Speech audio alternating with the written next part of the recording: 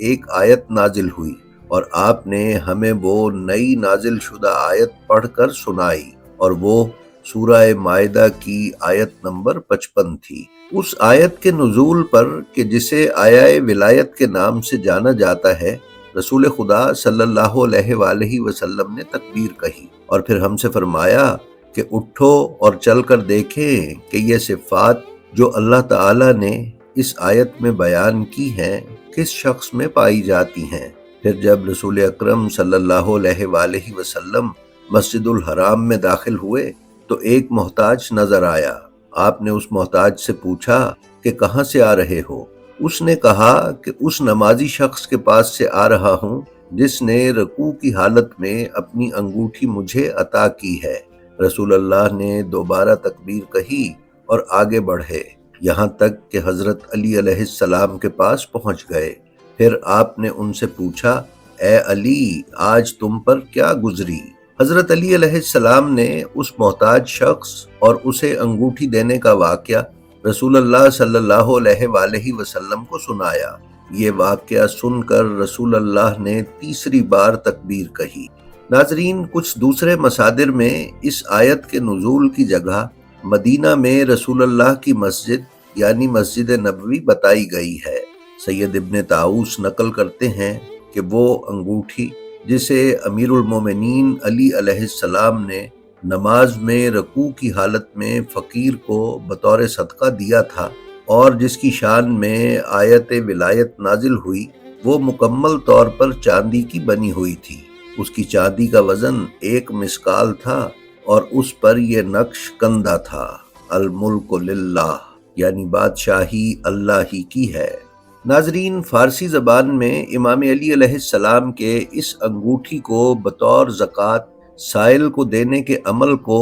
حاتم بخشی کے نام سے یاد کیا جاتا ہے۔ احمد محمدی نے، جو کہ قرآنی علوم کے ماہر ہیں، بیان کیا ہے کہ ائمہ معصومین علیہم السلام کی نمایاں خصوصیات میں سے ایک ان کی کرم فرمائی ہے۔ یہ خاص خصوصیت امیر المومنین علیہ السلام میں بخوبی دیکھی گئی ہے، اور یہاں تک کہ ان کی غریبوں کی دستگیری کے سلسلے میں ایک آیت نازل ہوئی جو امیر المومنین علیہ السلام کی حاتم بخشی کے نام سے معروف ہے۔ احمد محمدی نے امیر المومنین علیہ السلام کی حاتم بخشی کا ذکر کرتے ہوئے کہا کہ ایک دن امیر المومنین علیہ السلام مسجد میں ظہر کی نماز ادا کر رہے تھے کہ ایک ضرورت مند مسجد میں داخل ہوا اور لوگوں سے مدد مانگی۔ اس وقت کوئی بھی اس فقیر کی مدد کرنے کو تیار نہ ہوا۔ فقیر نے مسجد میں موجود لوگوں کو مخاطب کر کے کہا،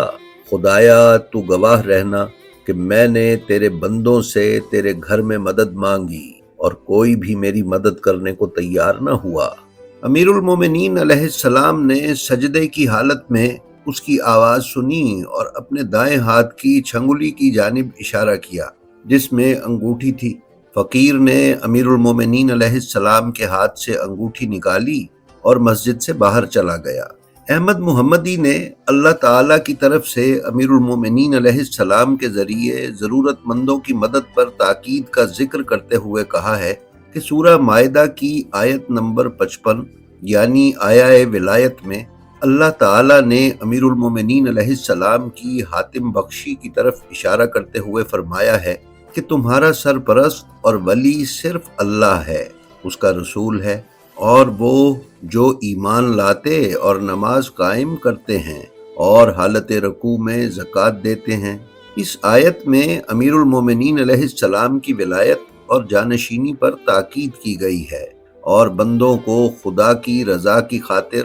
خرچ کرنے کی یاد دہانی کروائی گئی ہے۔ اسی سلسلے میں احمد محمدی مزید بیان کرتے ہیں کہ مفسرین کا ماننا ہے کہ بخشش اور کرم فرمائی کے بارے میں جو آیت نازل ہوئی ہے وہ خاص طور پر امیر المومنین علیہ السلام سے مخصوص ہے اور اللہ تعالیٰ اس عظیم امام پر فخر کرتا ہے۔ ناظرین، ابن شہر آشوب کی کتاب میں ہے کہ اللہ تعالیٰ نے حضرت علی علیہ السلام کی طرف سے کی گئی بخشش اور کرم فرمائی کے بارے میں اپنے فرشتوں سے خطاب کرتے ہوئے فرمایا، میرے فرشتوں، کیا تم میرے اس بندے کو نہیں دیکھتے کہ اس کا جسم میری عبادت میں ہے اور اس کا دل میرے ساتھ وابستہ ہے، اور اسی حالت میں وہ میری خوشنودی کا طلبگار ہو کر اپنا مال خرچ کرتا ہے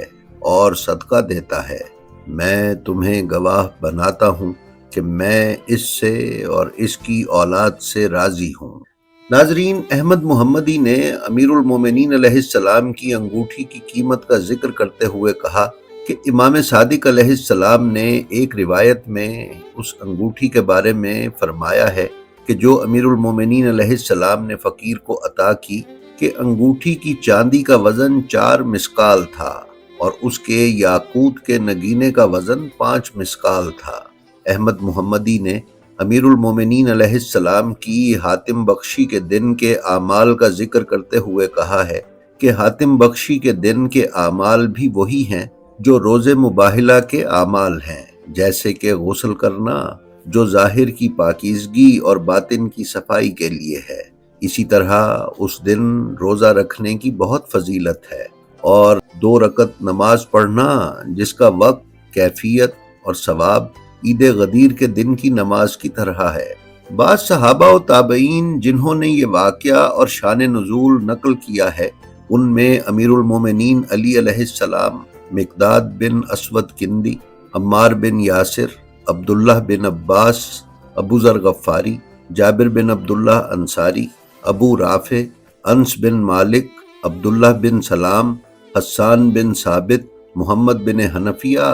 ابن جریج مکی، سعید بن جبیر، عطا، مجاہد اور مقاتل اور ضحاک وغیرہ شامل ہیں۔ ناظرین، حضرت ابو ذر غفاری اس آیت کے شان نزول کے بارے میں بیان کرتے ہیں کہ اس واقعے کے بعد رسول اللہ صلی اللہ علیہ وآلہ وسلم نے آسمان کی طرف سر اٹھایا اور کہا، بار الہا، موسیٰ نے تجھ سے درخواست کی اور کہا، اے میرے رب، میرا سینہ کھول دے، میرا کام آسان کر دے اور میری زبان کی گرہ کھول دے تاکہ لوگ میری بات سمجھ سکیں، اور میرے اہل میں سے میرے بھائی ہارون کو میرا وزیر بنا دے، اس کے ذریعے میری کمر مضبوط کر اور اسے میرے کام میں شریک کر۔ اور تو نے اپنے قرآن میں انہیں جواب دیا کہ ہم عنقریب تیرے بھائی کے ذریعے تیرے بازو کو مضبوط کریں گے اور تم دونوں کو غلبہ عطا کریں گے کہ وہ تم تک نہ پہنچ سکیں گے،